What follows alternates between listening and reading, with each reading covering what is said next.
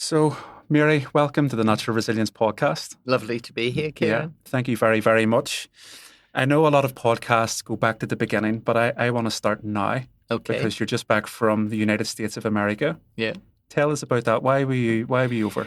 Well, first of all, I went to London for a week and I received the freedom of the city of London.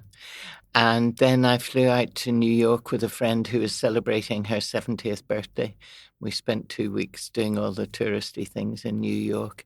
And just before I left, we got an email from the Irish-American Partnership to say they would like to honour me with an award that they give to an Irish woman every year.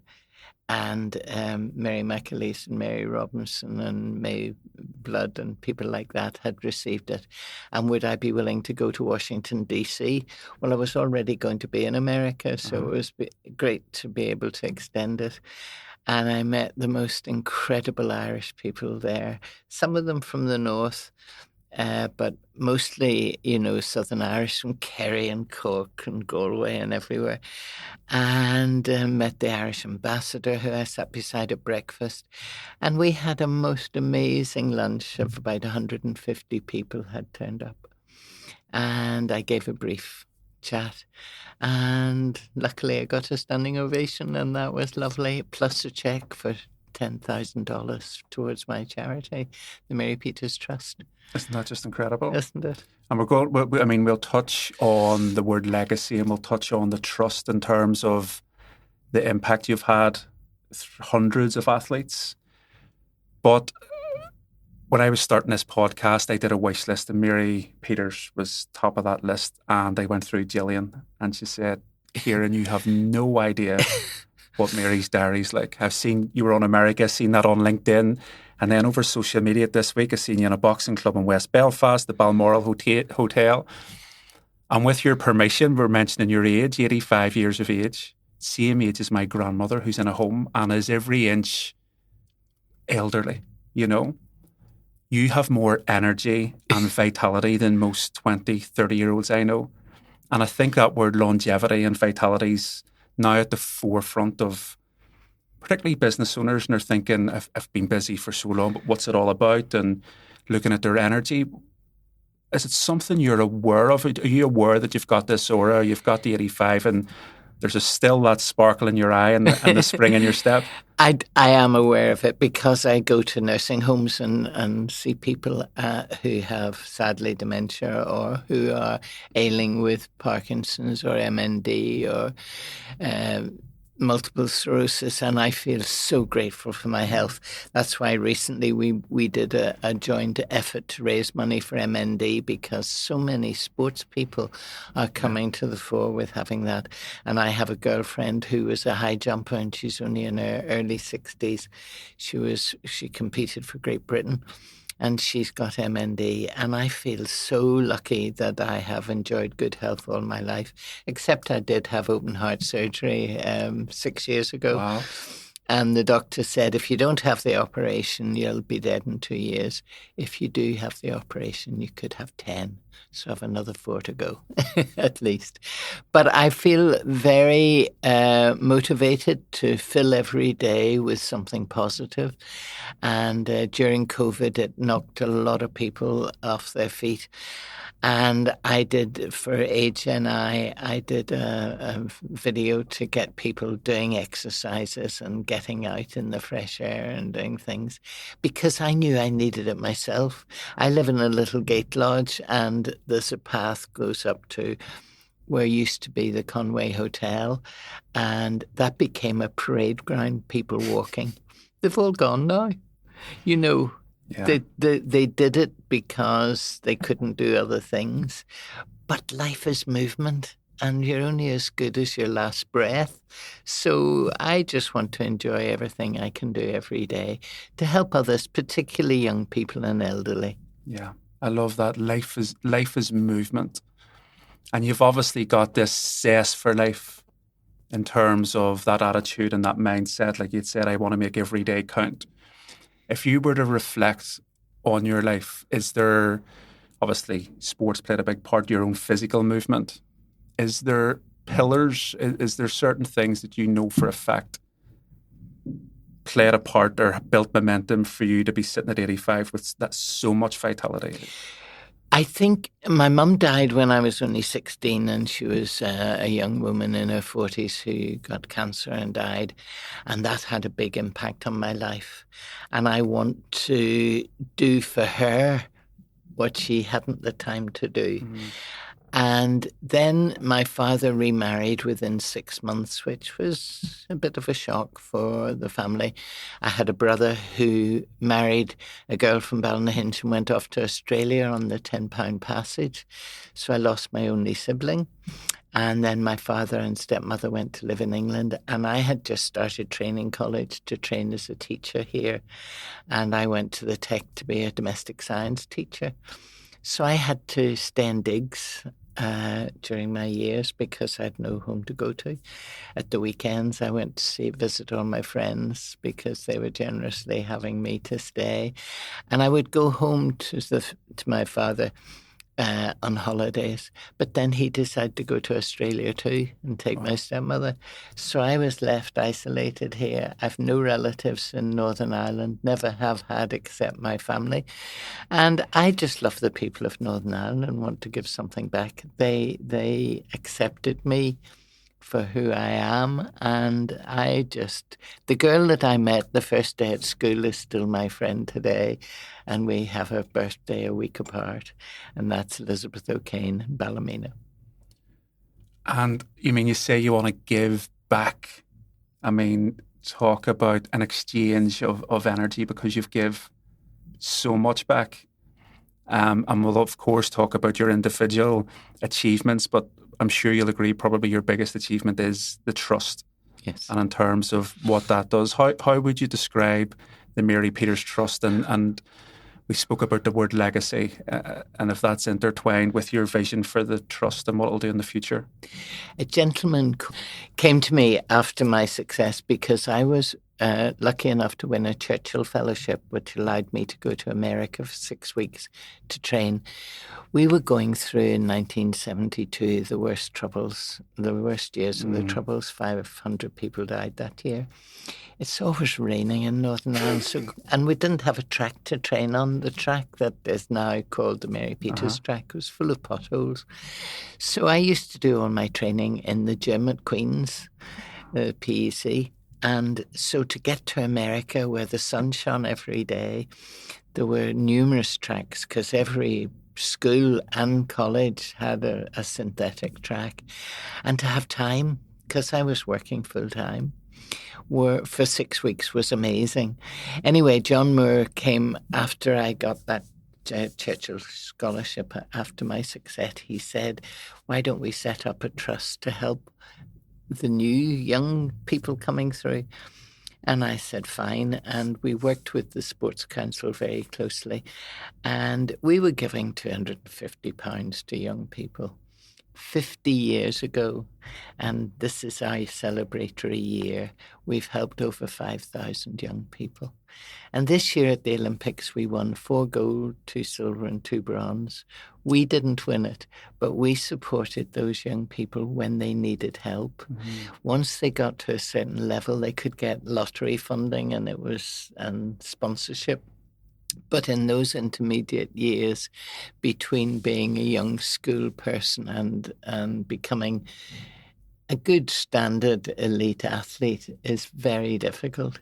So we're able to give much more now than we used to, and that's very gratifying. And we give about 150 bursaries every year to young people. And the joy that they bring when they get the success that they do. And our Olympians we got more medals per head of population than any country in the world because the success that we had. And they're our next inspirers. Yeah. They'll go on to help the next generation, but they'll still need financial support. And that's where the Mary Peters Trust continues to do so much work. It's remarkable because when I looked on your website about the Trust, there's so many testimonials from household names here in Northern Ireland, athletes that you have supported, Michaela and Aidan Walsh. Oh, I love them. Reece McClenaghan, their gymnast, and Carl Frampton. Yeah. And he was Michael very McKillop. complimentary, Michael McKillop. But Carl, on your website, basically says that in those early days, the Mary Preeters Trust was a real lifeline. And when you kind of think of coming from a housing estate in Belfast where poverty's still rife and there is no funding, and you're probably relying on handouts from parents and family members who are maybe struggling to buy school uniforms and so on. When you think of it like that, the Mary Preeters Trust really is really changing people's lives. And we get the greatest pleasure out of that. You can imagine me meeting up with Michael or Carl, and they're very supportive, both of them particularly. And they give you a hug because they know that you changed their lives for the better. And Michael, I first gave a medal to when he was 10. Wow. And he's now in his 30s.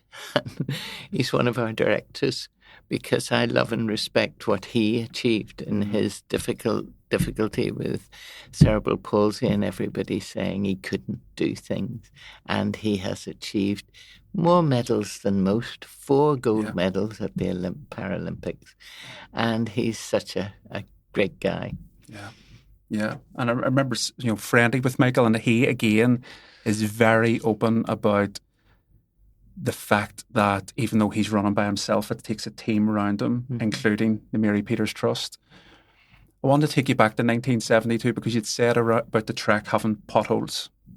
And thankfully, Northern Ireland now have some great facilities for our athletes.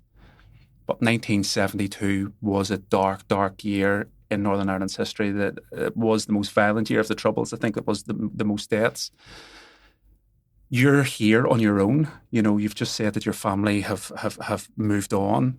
Obviously, Munich Olympics happened in 1972, but prior to heading to Munich and your Olympic medal, what's it like as a young girl that's not from here, growing up in Northern Ireland in essentially a war or a conflict or where there's daily violence?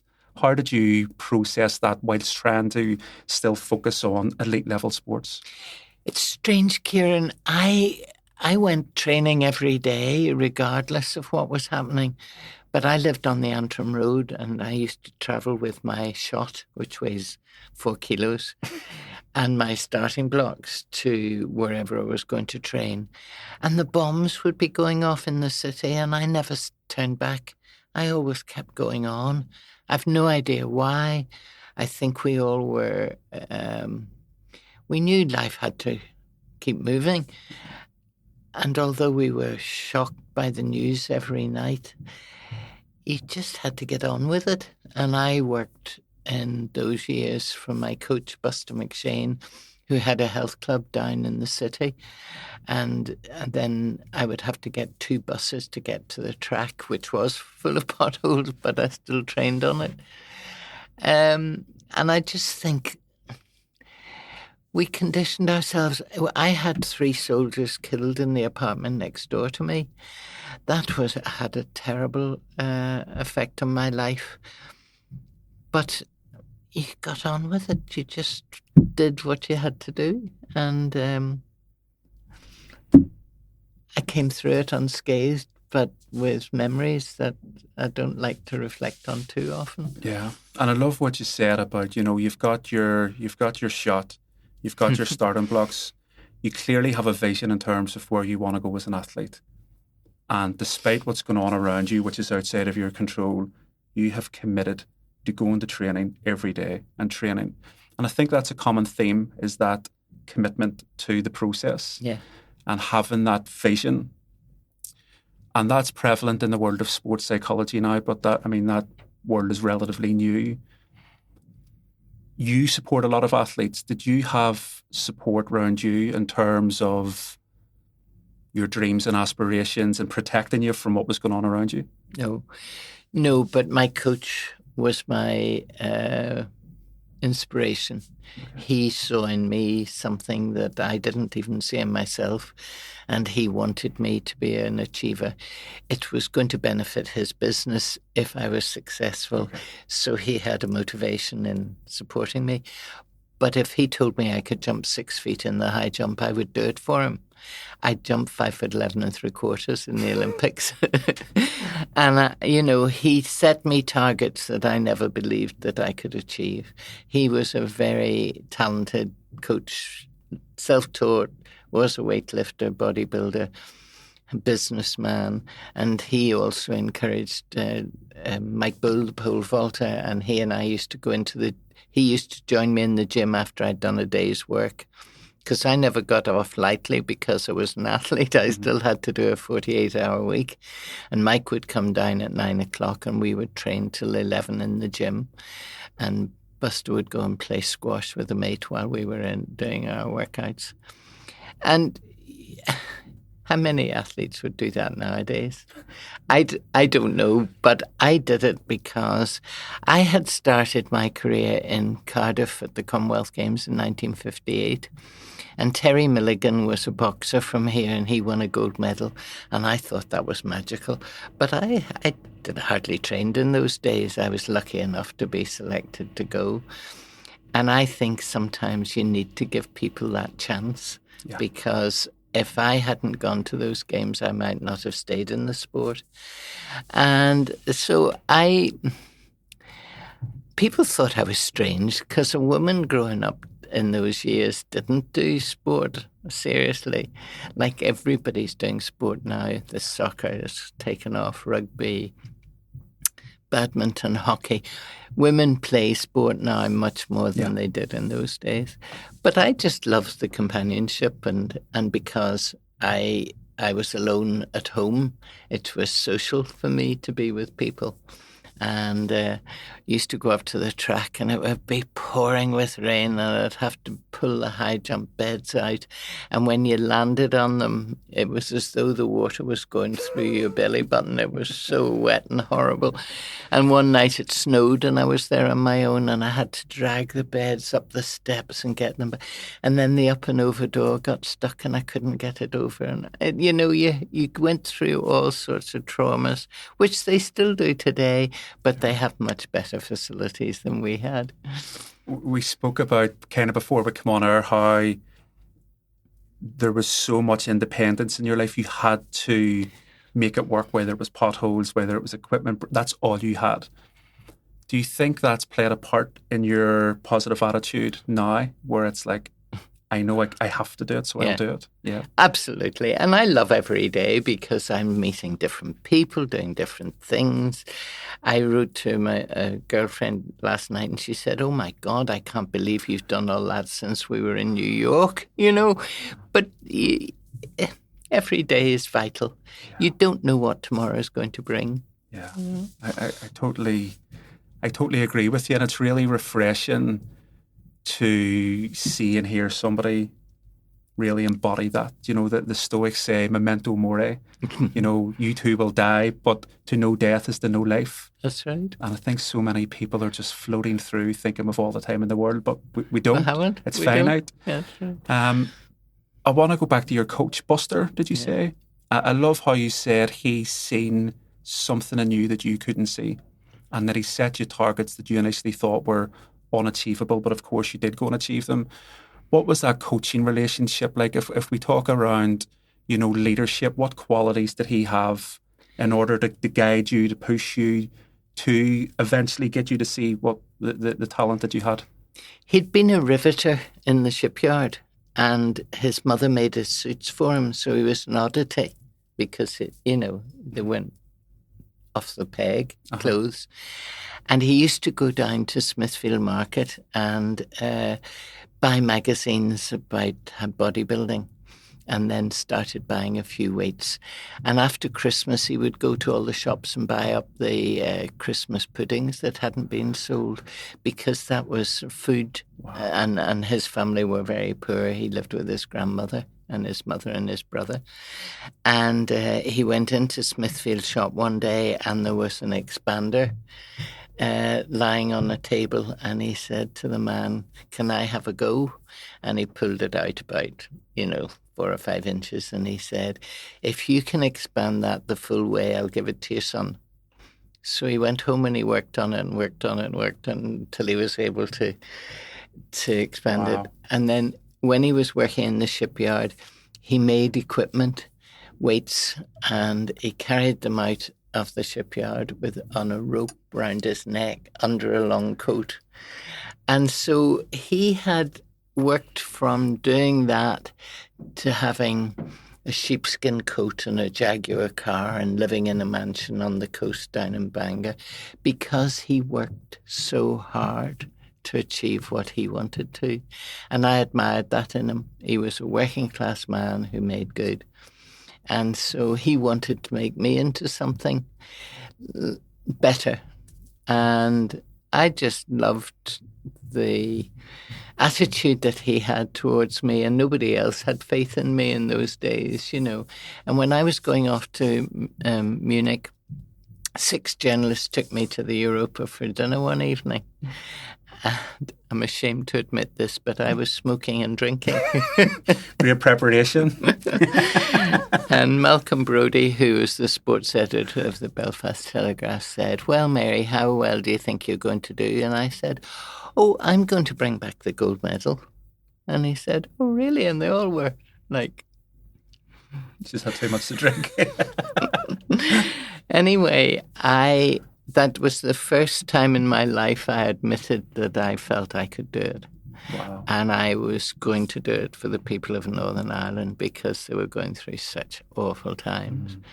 And I won 3 out of the 5 events in the pentathlon.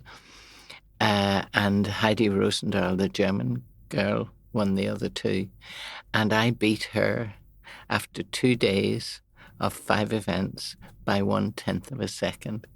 Really? That's what it came down to? That was the small margin. And she was favourite?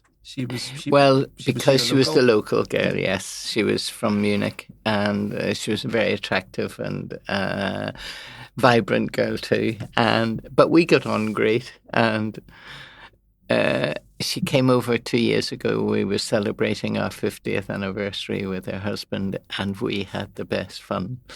And Jim Neely was interviewing me one day, and Heidi was in the audience, and he said, "Have you forgiven Mary for beating you, Heidi?" And she said, "No."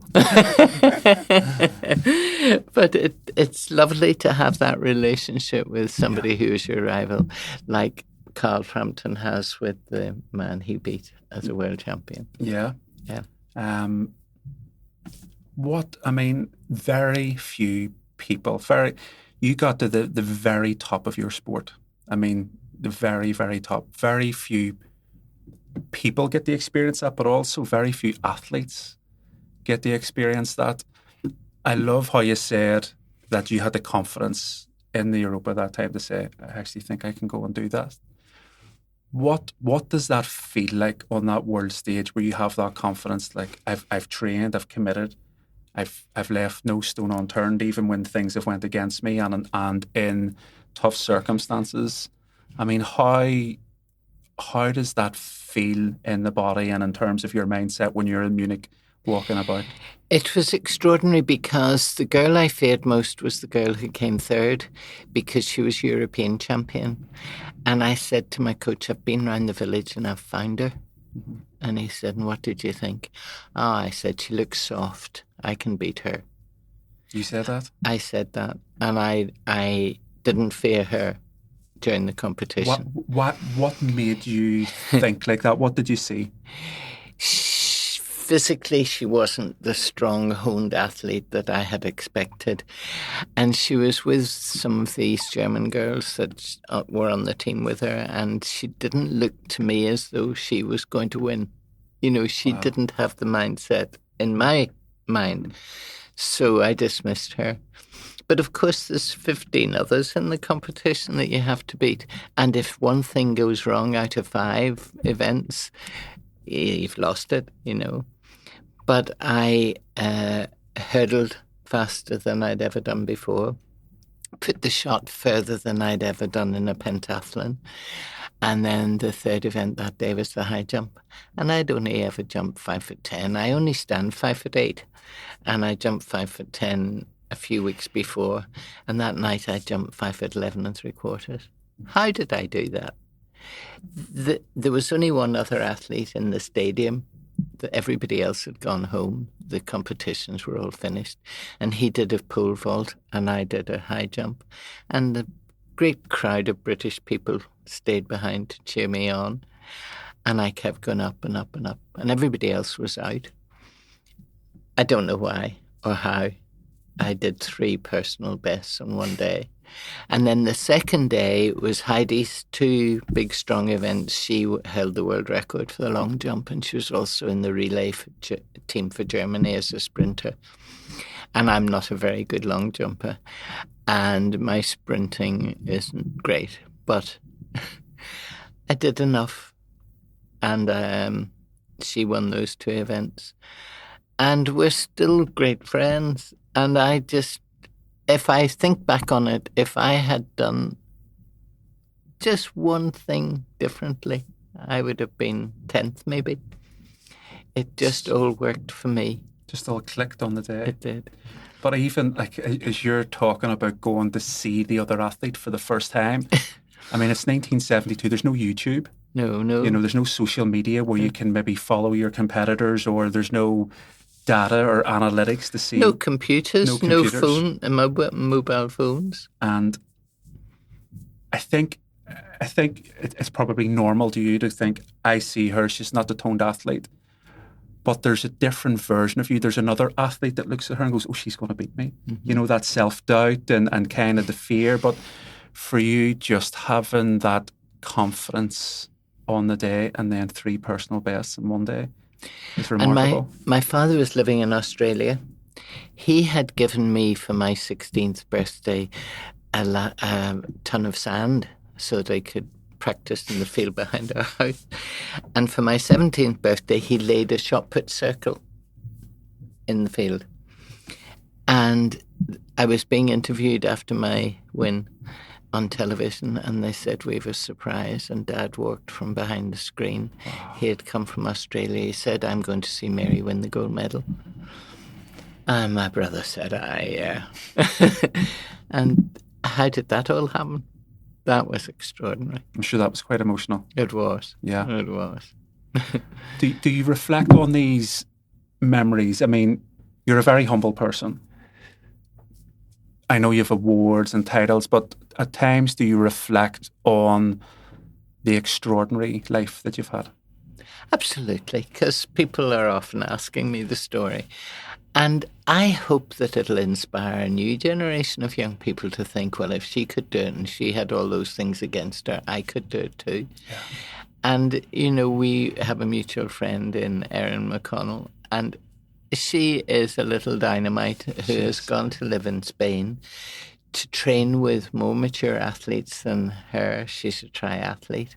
And I dearly hope that she makes it as an athlete.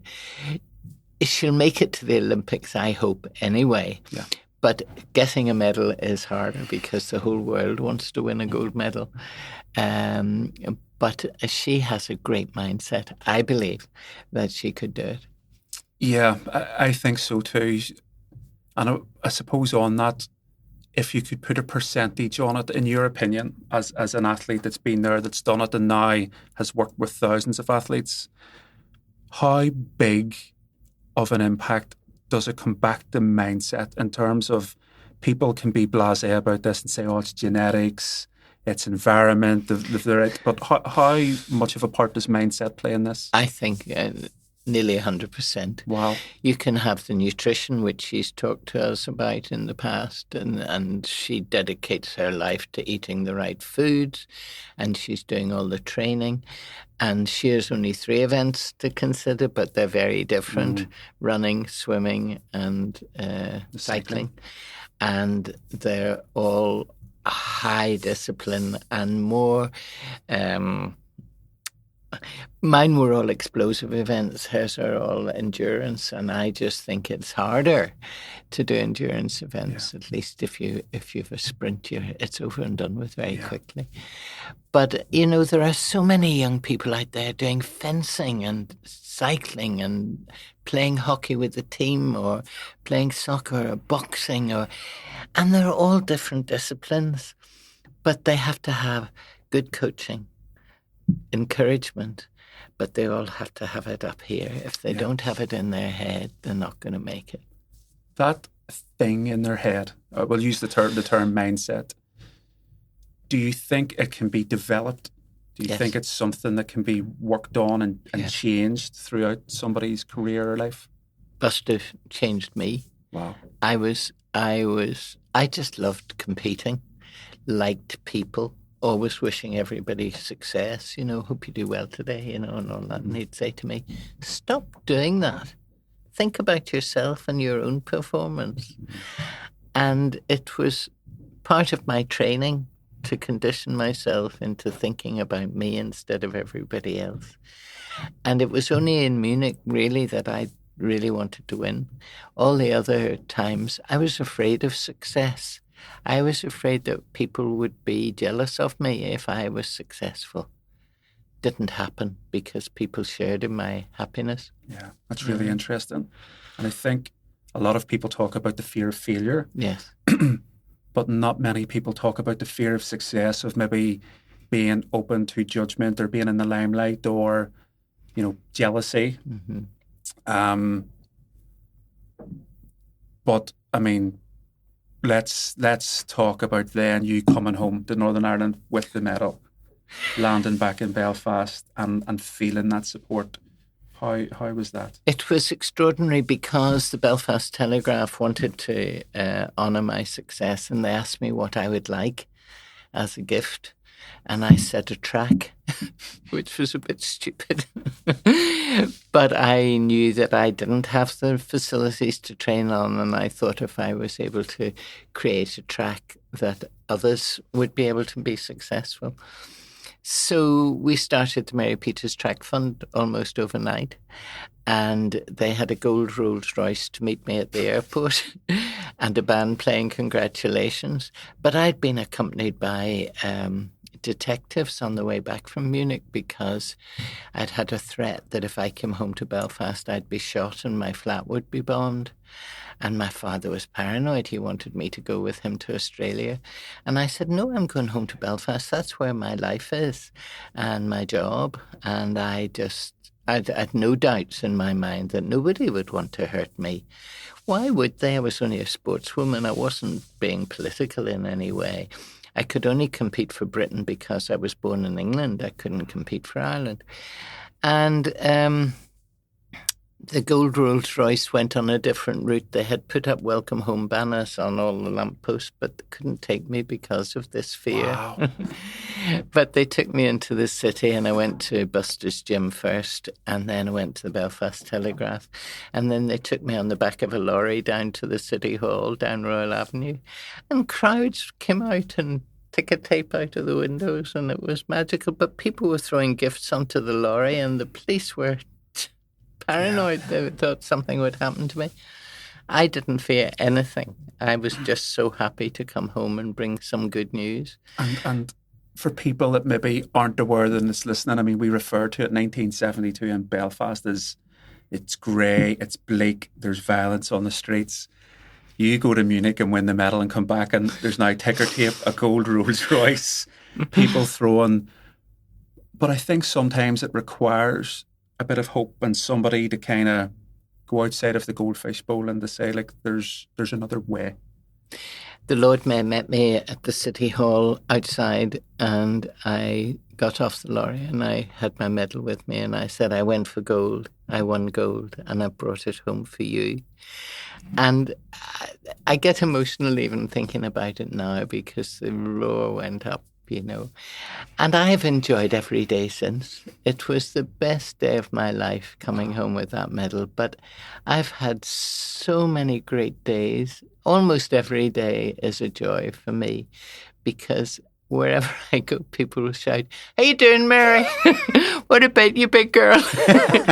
A man drove past one day and then reversed back and opened his window and he says, how often do you see Heidi? And I said, oh, now and again. And he said, how often? And I said, maybe every 10 years. And he goes, ho, ho, ho, ho. But, people want to associate. If I get a taxi somewhere, which I do sometimes, if I'm going to a meeting and I don't want to park, the taxi driver will always want to talk about what happened all those years ago, And I love that people just called me Mary P. mostly. Yeah. I was getting on the bus one day and this woman said to me, "Are you Dame Mary Peters?" And I said, "Yes." And she said, "You're getting on the bus." And I said, "I know, but it's free." I love how you're talking about that day, and your face is just lighting up as you're recalling it. And I can only imagine what that feels like. I want to kind of talk about legacy, because you are still celebrated in the streets. You are flown to America to be celebrated. I mean, the impact you've had on this country is far-reaching. Not even through the trust, but just the women you've inspired, the athletes you inspired, people to celebrate one another and each other and their own successes. I think you were part of that mindset shift of, celebrating success too. Yeah. Do you think about legacy? Do you think about, the legacy that Mary Peters will have and the trust long after you're gone? Do you think about that? Occasionally. I was talking to a man yesterday and he was asking me what I was going to do, what was going to happen to my wee house when I go. And it's just tiny wee gate lodge. And I said, well, people have suggested it could be a museum because I've got so many memorabilia in it. But I don't know. I think my niece will come from Australia and sell it, and it'll be get the blue plaque on it in 20 years' time.